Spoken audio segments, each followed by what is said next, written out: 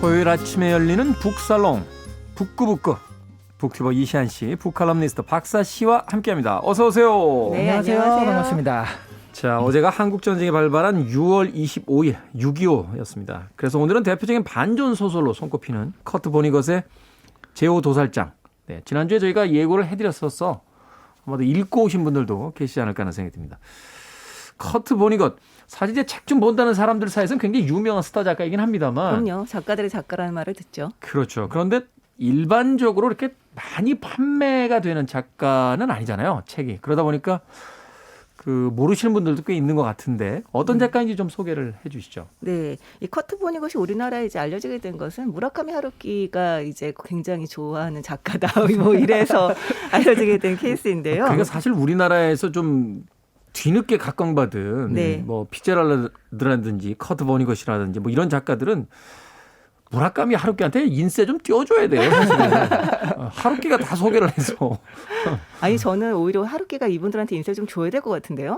영향을 많이 받아서 많이 작품을 받았죠. 썼는데 그게 이제 굉장히 많이 팔린 거잖아요. 그렇죠. 그러면 조금 그 선배에 대한 예의를 갖출 필요가 있지 않을까. 저는 그런 생각을 오히려 하게 됩니다. 플러스 마이너스 그냥 제로로 하는 거로. 근데 말씀하시는 걸 들어보니까 커트 보니것에 대한 애정이 뚝뚝 묻어나는 게 느껴지는데요. 아 저요? 네. 벌써 느껴지시나요? 네. 네. 하루키 따위하고 비교하지 마라. 커트 보니것이다 이렇게. 네, 제 머릿속에서는 왕국이 있어요. 왕국이 있는데 그 왕국의 여왕님은 어실러 르기님이시고요. 아. 네, 커트 보니거님은 이제 우리 왕국의 현자님이시죠. 현자. 네. 현자군요. 네. 네, 소개하기 너무 어렵네요. 자, 1922년에 태어나서 2007년에 돌아가신 미국의 수필가이자 소설가입니다. 네. 블랙 코미디의 대가예요. 블랙 코미디의 대가. 네, 그리고 최후의 본격 SF 작가 중에 한 명이다라는 평을 듣기도 하는 SF 작가입니다. SF 작가. 네, 근데 정교한 과학적인 설정보다는 이 풍자와 아이러니가 난무한 아주 독특한 문학 세계를 갖고 있습니다. 이 그림도 잘 그려서 사파도 자신이 그리곤 했고요. 이 작가는 블랙 코미디에 대해서 이렇게 말을 했다고 해요. 울 수 없으니까 웃기는 것이다라고요. 아, 그거 참 의미심장하네요. 그렇죠. 네, 이 대학에서는 생화학을 전공을 했는데요. 전공엔 그렇게 관심이 없었다고 하고요. 이미 그때부터 반전 성향이 강해서 학교 신문에 이 반전 글을 올리다가 징계를 당하게 됩니다. 네. 그때 자진 입대를 합니다. 공군으로 입대하죠? 네. 그래서 2차 세계대전 때 참전했다가 드레스덴 폭격을 경험하게 되는데요. 그 경험을 담은 소설이 오늘 살펴볼 제5도살장입니다. 드레스덴 폭격을 경험한 네. 커트 보니것의 그 경험을 담은 소설이 바로 제5도살장이다. 네, 네. 대단히 인상적이고 천재적인 소설들을 다수 발표를 했지만 이 많은 작품이 이 소설의 영향 아래에 있는데요. 이 전쟁이 끝난 뒤에 시카고 대학에서 인류학 석사 과정을 밟았어요. 네. 그런데 재미있는 게 대학에서 그의 소설인 고양이 요람을 정식 논문으로 채택을 해서요.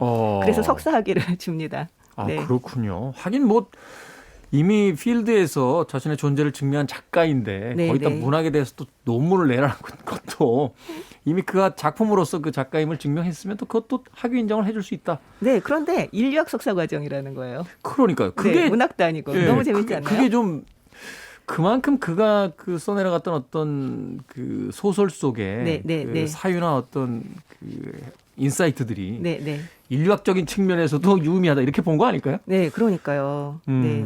그래서 1945년에 퍼플아트 훈장을 받고 1985년에 전쟁포로 훈장을 받았고요. 이 자동 피아노, 타이탄의 미녀들, 마더나이트, 고양이 요람, 신의 축복이 있기를 로즈워터씨, 뭐 챔피언들의 아침 식사, 뭐 어쩌고 저쩌고 하는 많은 소설과 에세이를 썼습니다. 아, 다 못 읽겠네요. 그거 참 다 읽고 싶지만. 어쩌고 저쩌고 나왔습니다. 네, 어쩌고 저쩌고는 책의 제목이 아니고요. 너무 네. 많아서 그냥 박사 씨가 어쩌고 저쩌고 블라블라블라라고. 아, 그래요? 전 책의 제목인 줄 알았어요. 지금. 아, 그래요? 아, 네. 책 좀 재밌게 듣는다 생각하고 있었거든요. 아, 맞아요. 생각해보면 이분의 소설 제목들이 재밌는 게 많아서 그렇게 네. 오해하실 수도 있겠네요. 그렇죠. 네. 자, 네네. 이 작품 중에서 제5도살장과 챔피언의 아침 식사는 영화로도 만들어졌고요. 이 84세까지 아주 건강하게 사셨지만 결국 자택의 계단에서 굴러 떨어져서 유명을 달리하셨어요. 아이고. 네. 좀 아쉽게 안타깝게 세상을 떠나셨습니다. 자, 그런데 이 소설 지금까지 이야기를 작가에 대한 소개를 해주신 것만 들어보면 굉장히 유쾌하고 낄낄거릴 수 있는 작품처럼 느껴지긴 합니다만 어렵습니다. 왜냐하면 이제 시간 관계가 꼬여 있고 뭐 여기까지 스포일러는 아니겠죠. 외계인까지 등장하는 이걸 과연 SF로 봐야 되는지 아니면 또 전쟁의 그 참담함을 고발한 어떤 풍자적 그런 작품으로 봐야 되는지 참 헷갈리는 작품이기도 한데 이시안 씨께서 소설의 내용을 좀 요약을 좀 해주십시오. 이거를 요약한다는 것 자체가 어려운 일을 맡으셨습니다. 얼른 해주세요. 얼른. 이 빌리 필그램이라는 사람이 주인공인데요. 네. 이 필그램이라는 말 자체가 순례자들이잖아요. 그렇죠. 그 미국에서는 뭐 필그램 파더스 해가지고 그 조상들, 그 미국의 시초라고 할 수 있죠. 그런 사람들을 일컫는 말이기도 한데 이름 자체도 의미가 있는 것 같습니다. 이 주인공이 겪은 드레스덴 폭격 사건을 다룬 작품이에요. 이 빌리는 거만사인데요. 이 상당히 성공을 해요. 재산도 상당히 모으고 사실은 뭐 거만사로의 실력도 있지만 그 굉장히 부자의 딸과 결혼해가지고 또 성공하기도 한 거거든요. 아, 부자에 따르고 결혼하면 성공하는 겁니까?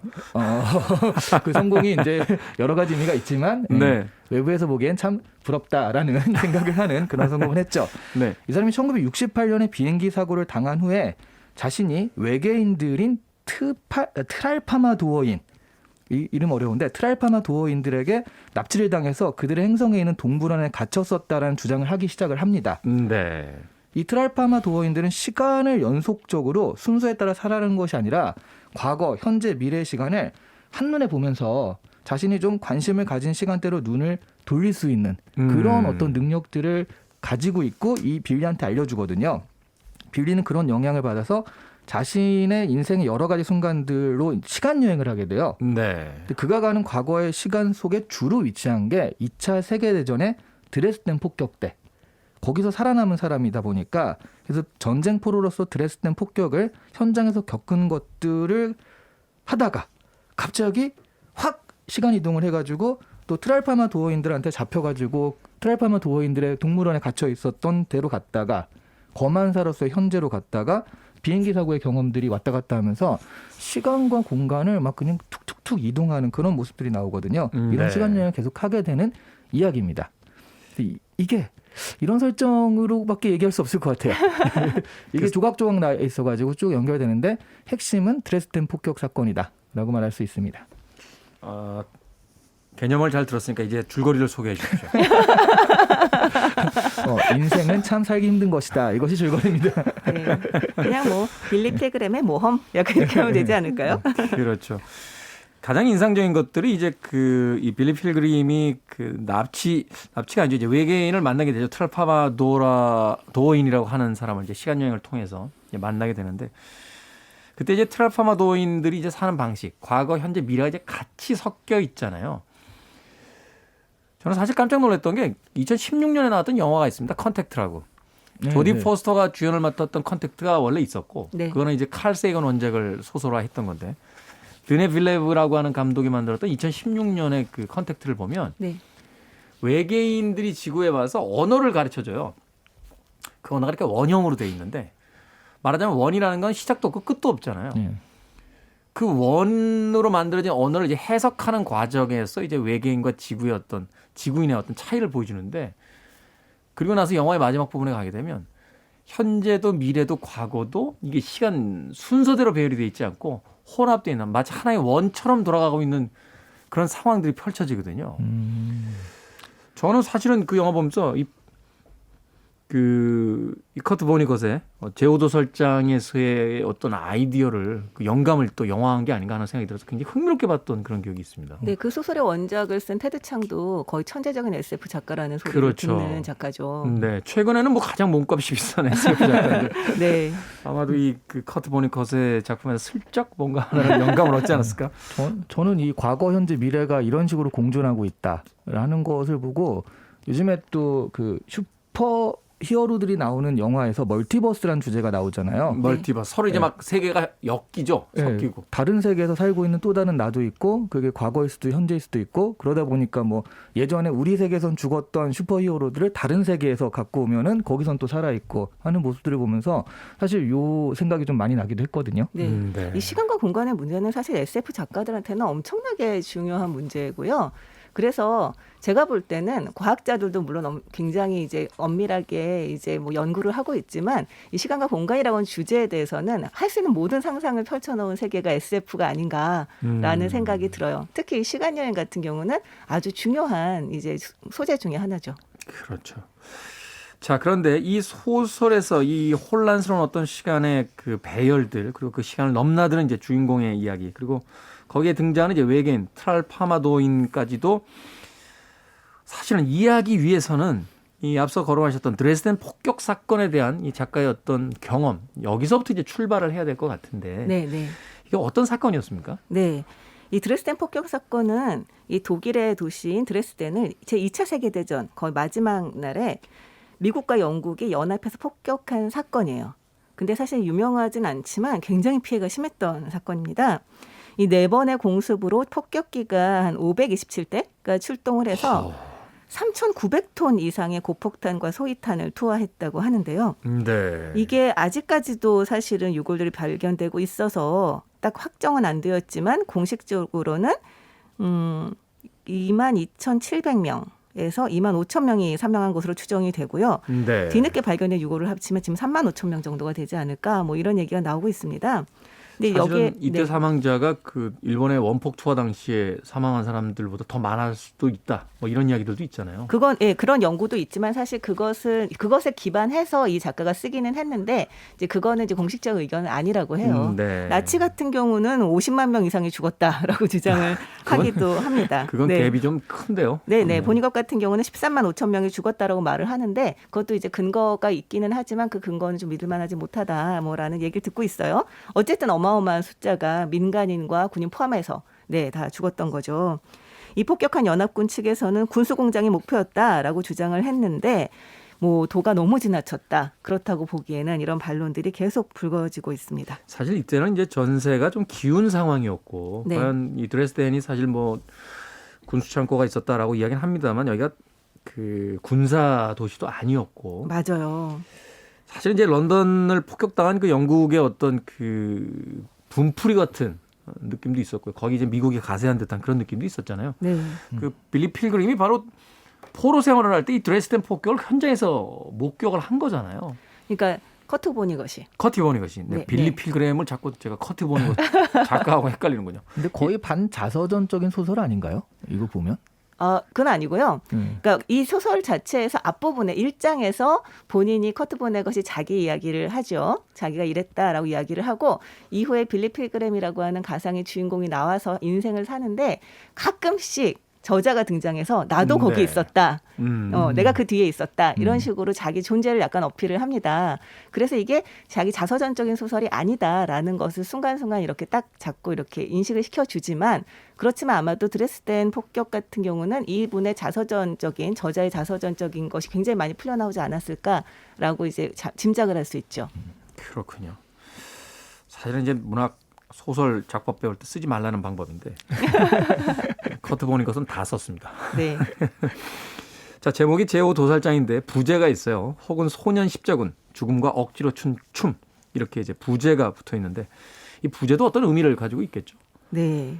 이 앞부분에서 이 말씀드렸듯이 1장에서 이 커트 버니것이 이 드레스덴 폭격에 대한 이야기를 쓰려고 하면서 자기 이제 전우를 만나고 이러는 과정들이 나와요. 그런 과정에서 전쟁을 미화하려는 거 아니냐. 전쟁에 대해서 쓰려는 사람들은 전쟁 영웅에 대한 이야기들을 쓰고 막 우락부락한 그 주인공들이 등장해서 정의를 실현하고 응징하는 것. 이런 식으로 쓰지 않느냐라는 이 항변에 대해서 이 소년 십자군 같은 이야기를 쓰겠다. 이렇게 얘기하는 장면이 나옵니다. 네. 근데 이 소년 십자군이라고 하는 게 굉장히 추악한 역사적인 사실이죠. 그 사실은 이제 신이 살아있다는 걸 증명하기 위해서 어른들에 의해서 강제 동원된 소년들이었잖아요. 중세 시대에. 네, 그러니까 1213년에 시작됐는데 수사 2명이 독일과 프랑스에서 아이들로 이루어진 군대를 길러서 북아프리카에 가서 노예로 팔자 이렇게 계획을 했다고 해요. 네. 그리고 거기 아이들이 3만 명이 지원을 했고요. 네. 결국 이 아이들은 마르세유에서 배를 타고 나갔는데 배가 난파하는 바람에 반 정도가 익사하고 나머지 반이 북아프리카에 도착해서 팔려나갔다. 뭐 이렇게 얘기를 하는데요. 정말로 뭐 명예도 없고 사실 굉장히 이제 끔찍한 이제 죽음만이 있는 그런 작전이었던 거죠. 네. 그리고 이 소설에 보면 중간쯤에 빌리가 굉장히 어린 나이에 참전을 한 거잖아요. 그래서 다른 사람의 뭐 외투 같은 것도 좀 빌려 입은 그런 우스꽝스러운 모습을 보고 되게 소년 십자군 같다라고 이 빌리한테 얘기하는 모습도 나오더라고요. 그렇죠. 그러니까 말하자면 이제 유럽과 그 그 구대륙에서의 어떤 과거의 역사 속에서의 어떤 힌트까지도 가지고 와서 20세기의 이 참혹한 전쟁에 대한 이야기를 바로 그 커트 보니것이 이런 식으로 표현하고 있었던 게 아닐까 하는 생각 해보게 됩니다.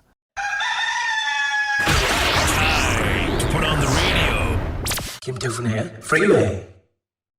빌보드 키드의 아침 선택 KBS 2라디오 김태현의 프리웨이 북구북구 이시안 박사 씨와 함께 커트 보니것의 제5도살장 읽어보고 있습니다. 자, 이 예상치 못한 순간의 시간과 장소를 계속해서 왔다 갔다 하게 되는 너무나 혼란스러운 그런 이야기들이 펼쳐지게 되는데 우리가 흔히 아주 잘 만든 작품들을 이야기할 때 내용과 형식과 내용이 일치한다 이런 이야기를 하게 되잖아요. 그런 의미에서 본다라면 이 제5도살장이 이렇게 시간과 공간을 막 이동하는 연대기적이지 않은 이제 배열의 어떤 구성이라는 것들이 사실은 이제 이 책이 이야기하고자 하는 그 내용과 잘 부합되고 있기 때문에 이 작품을 놀라운 작품으로 평가하는 게 아닌가 하는 또 생각을 해봤거든요. 네.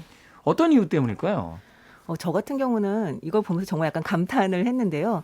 우리가 인생을 살면서 사실은 태어나서부터 지금까지 살아오면서 그냥 일직선으로 그냥 차례차례 차근차근 살아왔다고 생각하지만 네. 돌이켜보면 우리가 어느 순간에 잡혀 있는 걸 알 수가 있거든요.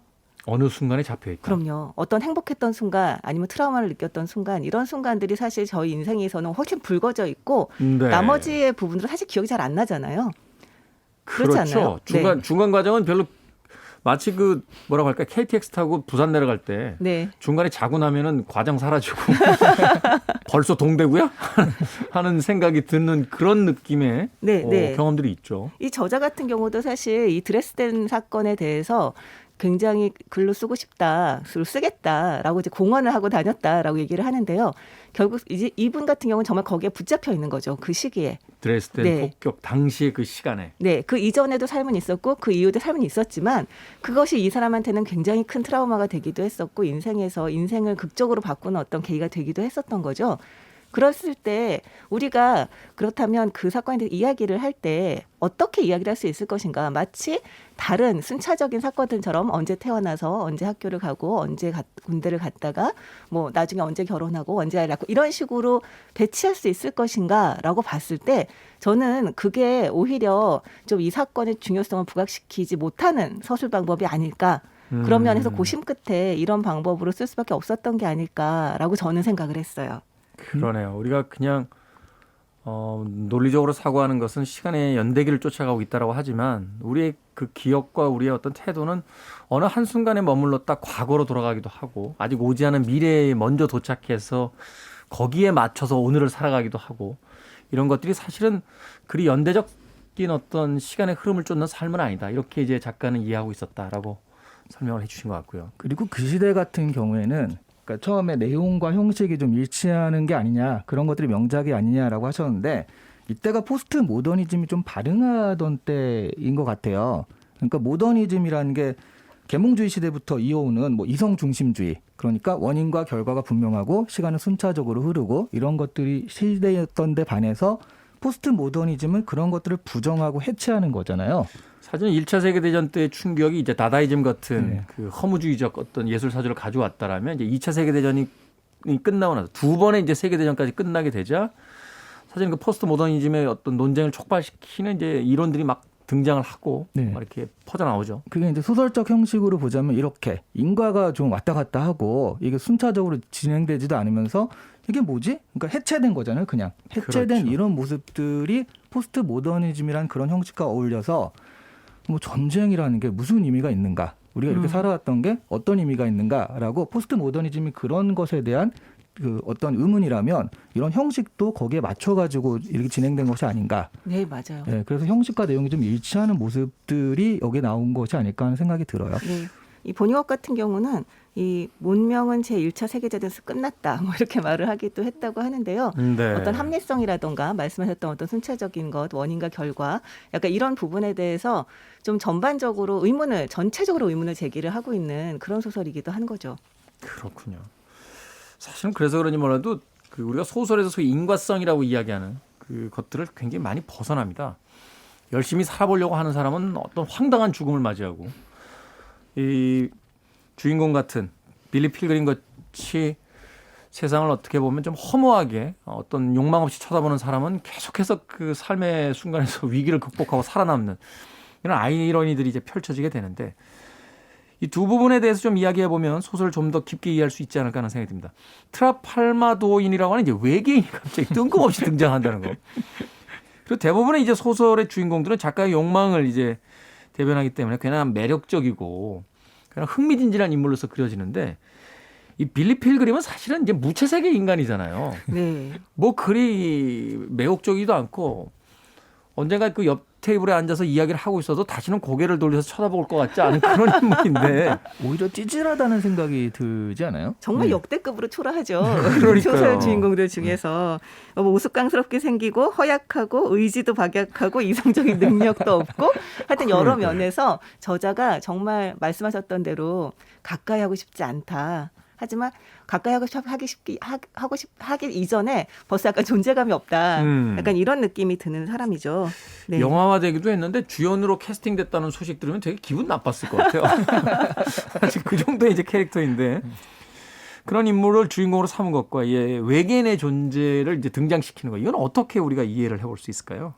그 앞서 말씀드렸던 이 전쟁을 미화하려는 게 아니냐 막 이런 그 비난을 퍼부었던 사람에게 이렇게 얘기를 해요. 영화라면 프랭크 시나트라와 존 웨인 아니면 다른 매력적이고 전쟁을 사랑하는 추잡한 늙은 남자들이 두 사람을 연기하겠죠. 그럼 전쟁은 그냥 멋지게 보일 것이고 그래서 우리는 전쟁을 또 많이 하게 될 거예요. 그리고 전쟁의 위층에 있는 애들 같은 어린애들이 나가 싸우게 되겠죠. 라고 얘기를 하는데 이 어떻게든 전쟁을 미화하지 않으려고 하는 의지 이 저자의 그런 의지가 이 주인공을 정말 닮고 싶지 않게 만드는 그런 주인공을 만드는 데 큰 역할을 하지 않았나라는 생각이 저는 좀 들어요. 그러네요. 2차 세계대전 이후에 이제 미국의 전승을 기념하기 위해서 헐리우드에서 만들었던 대부분의 전쟁 영화들을 보면 영웅서사거든요. 실제로 그 미국 2차 세계대전에 나가지도 않았으면서 존 웨인 같은 배우가 막 특공대 대장역으로 막 나오고 그래서 사실 그 2차 세계대전을 경험한 군인들이 비난의 목소리를 높이기도 했었고 프랭크 시나트라 같은 경우도 굉장히 어떤 멋진 군인으로 등장했던 뭐 지상에서 영혼으로 같은 작품들이 있는데 그래서 오히려 이 그 커트 버니컷은 전쟁 속에 있는 인물을 그리 매력적으로 보이지 않게 함으로써 네. 이 반전의 메시지를 분명히 하고 있다. 네. 이렇게 이해를 해볼 수 있는 거군요. 그래서 이제 그러면 왜 외계인이 나왔냐라고 하는데 외계인이 되게 매력적인 것 같아요. 아, 왜 매력적인가요? 주인공은 별론데 외계인들의 어떤 생각이나 이런 것이지 과거, 현재, 미래라는 게 한눈에 펼쳐지며 그런 것들이 그게 뭐 네가 죽는 것이 싫으면 눈을 돌려서 너가 행복한 그런 곳에 시선을 두면은 그 행복한 그 시대를 살 수 있다 이런 거잖아요. 그런 어떤 생각들 그런 것들이 외계인이라는 존재로서 이렇게 부각이 되는데 그런 면에서는 트라팔마도어인 좀 낯설긴 하지만 네. 약간 매력적인 것들이 있었던 것 같아요. 네, 저는 그 외계인을 등장시킨 이유 중에 하나가 좀 이 전쟁이라던가 이런 것을 이 폭력 이런 거를 아주 완전히 다른 관점에서 보면 어떻게 보일까라는 것을 한번 보여주고 싶지 않았나라는 생각이 드는데 뭐 매력적이라고도 볼 수 있고요. 때로 이 트라팔마도인이 약간 현자처럼 느껴지기도 하잖아요. 맞아요. 여기서 빌리가 그 외계인들한테 이렇게 얘기를 해요. 정말 그 지구인들은 어떻게 너무 폭력적이고 너무 끔찍한 존재들이다. 당신들같이 평화로웠으면 좋겠다. 어떻게 하면 지구인들에게 평화를 알려줄 수 있을까?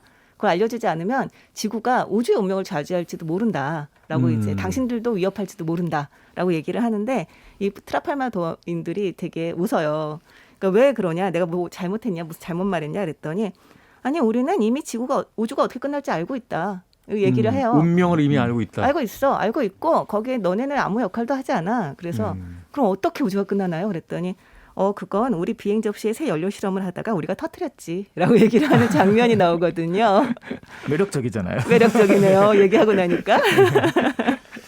자유의지라는 그 단어도 등장하긴 합니다만 이런 것 같아요. 결국 전쟁을 겪으면서 우리가 느끼게 되는 것은 우리가 뭘 바꿔보겠다고 그렇게 노력하면서 했지만 결국 우리가 바꿀 수 있는 건 아무것도 없었다라는 어떤 그 짙은 허무의 냄새를 네. 그 우스꽝스러운 우주인들의 대화를 통해서 또 들려주고 있는 게 아닌가 하는 생각이 그 우주인이 들었습니다. 직접 얘기하는 게 있어요.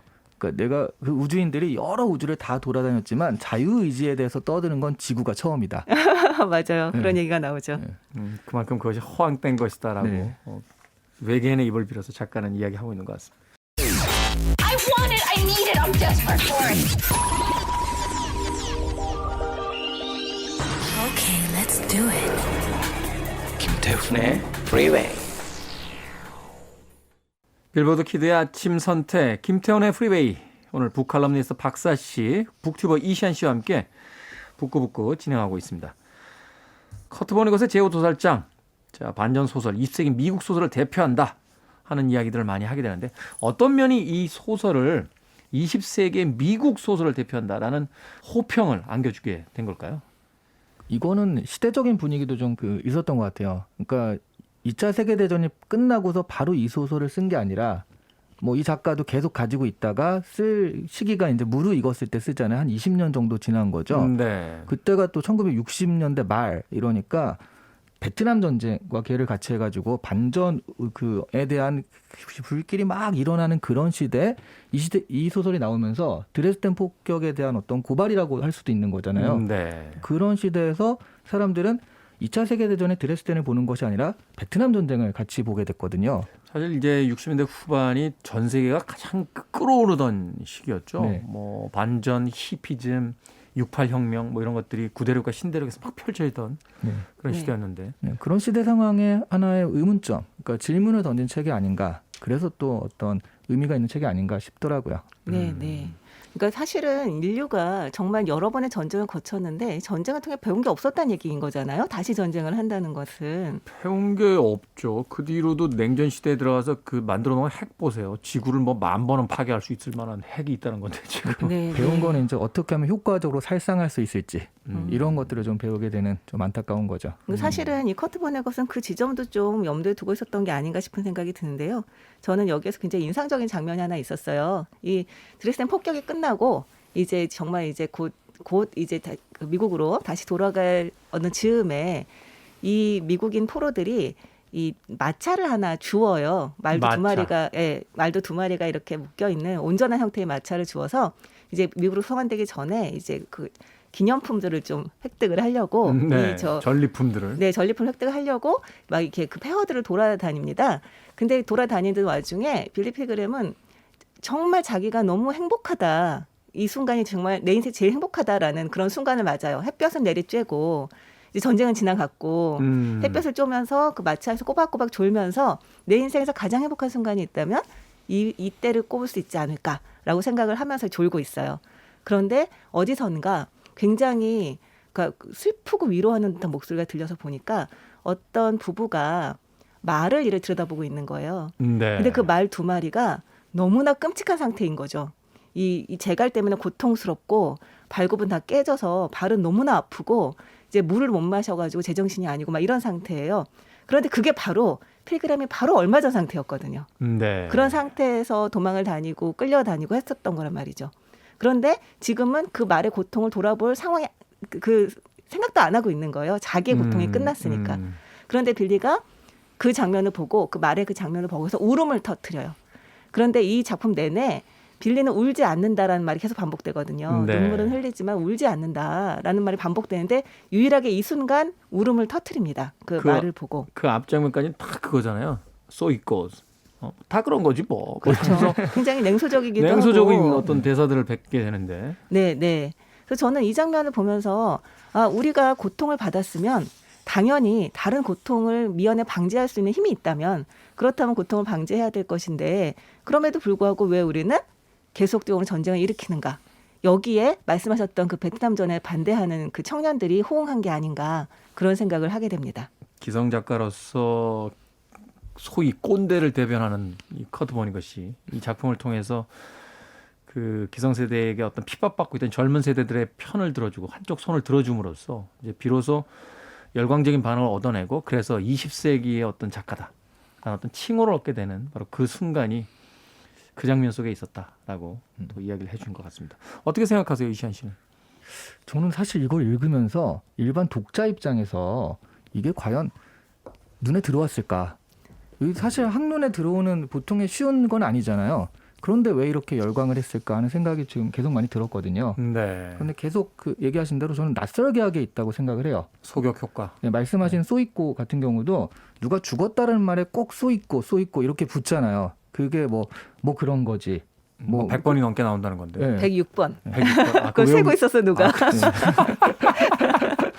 그걸 누가 세네요. 근데 저는 그걸 볼 때마다 되게 처음엔 눈에 거슬렸거든요. 그러면서 눈에 거슬려가지고 한번 내가 몰입하다가 툭 튀어나오는 효과가 있잖아요. 그걸 우리가 낯설게 하기라고 하는데 그러면서 자꾸 여기에 대해서 거리감을 두고 보게 되는 거예요.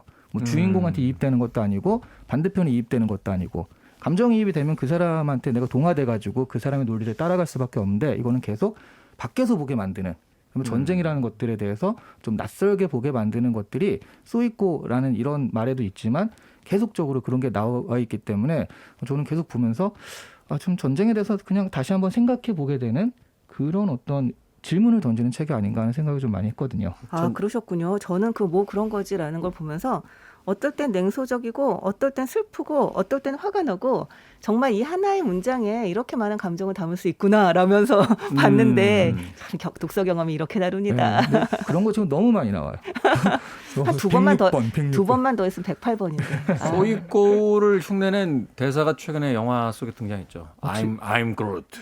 난 I'm 레드본 줄 알고 깜짝 놀랐네. I'm Groot. I'm Groot도 한 100번 할걸요. 네, 어벤져스의 그 가디언스 오브 갤럭시에서 등장했던 캐릭터의 I'm Groot라고 하는 단어도 대사도 떠오릅니다. 자, 커트 버니것의 제오 도살장 한 줄로 짧게 좀 마무리를 해 주십시오. 저는 사실은 이게 반전 소설이냐 반소설이냐 네, 소설 자체 작법에도 뭔가 의문을 던진 전쟁에도 그렇지만 그런 차원에서도 의미가 있는 소설이라고 생각을 합니다. 그런 의미에서 본다면 역시 내용과 형식이 절묘하게 맞아떨어졌다라고 또 이야기할 수 있겠군요. 네. 네, 저는 굉장히 재밌게 봤는데. 네. 이 전쟁이 얼마나 끔찍한 것인지 잊지 않기 위해서라도 꼭 읽어야 될 책이 아닐까라는 평범한 추천사를 한번 드려봅니다. 그 평범한 속에 바로 이 책의 주제가 가장 잘 녹아들어가 있겠죠. 북구북구 오늘은 커트 버니것의 제오 도살장 읽어봤습니다. 자, 다음 주 작품은 아마 여러분들 굉장히 좋아하실 것 같아요. 메리 셀리의 작품 중에서 프랑켄슈타인. 읽어본 적은 없지만 영화는 다 알고 있는 바로 그 프랑켄슈타인 저희들이 읽어보도록 하겠습니다. 오늘도 북튜버 이시안 씨, 북칼럼니스트 박사 씨와 함께 북구북구 진행했습니다. 고맙습니다. 네, 고맙습니다.